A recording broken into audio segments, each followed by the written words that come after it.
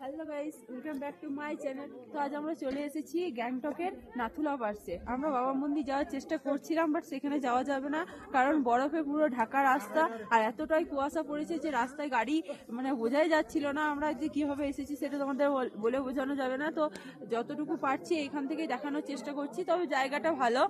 আর আমরা সিকিম কালকে ঘুরে চলে এসেছি, আজকে গ্যাংটকে আছি, গ্যাংটকের হোটেলে আছি। তো সেখান থেকে আমরা নাথুলা পার্সে এসেছি। তো দেখো জায়গাটা, এই দেখো পুরো পাহাড়ে ভর্তি, বরফে ভর্তি। হ্যাঁ, গাছগুলোর ওপরে পুরো বরফে ভর্তি, আর গাছগুলোর ওপর দেখো যেন বরফ জমে আছে। হ্যাঁ, আর ওই সাইডটা দেখো একদম কুয়াশায় ভর্তি, কিচ্ছু দেখা যাচ্ছে না। হ্যাঁ, একটু আগে রোদ একটু উঠেছিল, হ্যাঁ এখন তাও। এটা পুরো বরফ। আর এইগুলো হলো চামড়ি গাই, এইগুলো রাইড করার জন্য আছে। হ্যাঁ, আমি এত ভীতু যে আমি রাইড করতে পারিনি। হ্যাঁ, আর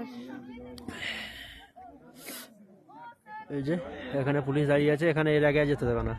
হ্যাঁ, এটা বাবা মন্দির যাওয়ার রাস্তা, এটা বাবা মন্দির যাওয়ার রাস্তা, এইদিকে ঘুরেছে।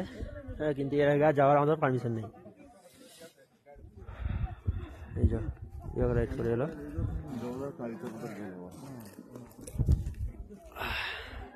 চরম ঠান্ডা, দেখতেও সিনারিটা পুরো দারুণ লাগছে। কুয়াশা চলে আসছে মেঘের মতো পুরো।